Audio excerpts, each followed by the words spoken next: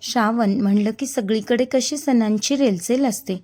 सगळीकडे साजरे केले जाणारे हे सण जरी सारखे असले तरी हे सण साजरे करण्याची पद्धत मात्र वेगळी वेगळी असते.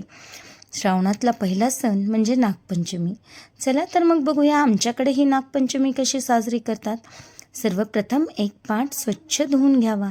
त्यावर हळदीच्या साह्याने नागदेवता काढून घ्यावी, म्हणजे सर्पिलाकार रेषा ओढून घ्याव्या. आणि मग हळद, कुंकू, अक्षदा, फुलं आणि श्रावणात अनन्यसाधारण महत्त्व असलेले आघाडा आणि केना वाहून सागर संगीत पूजा पार पाडावी. आणि नागदेवतेला प्रिय असलेल्या दूध आणि लाह्यांचा नैवेद्य दाखवावा.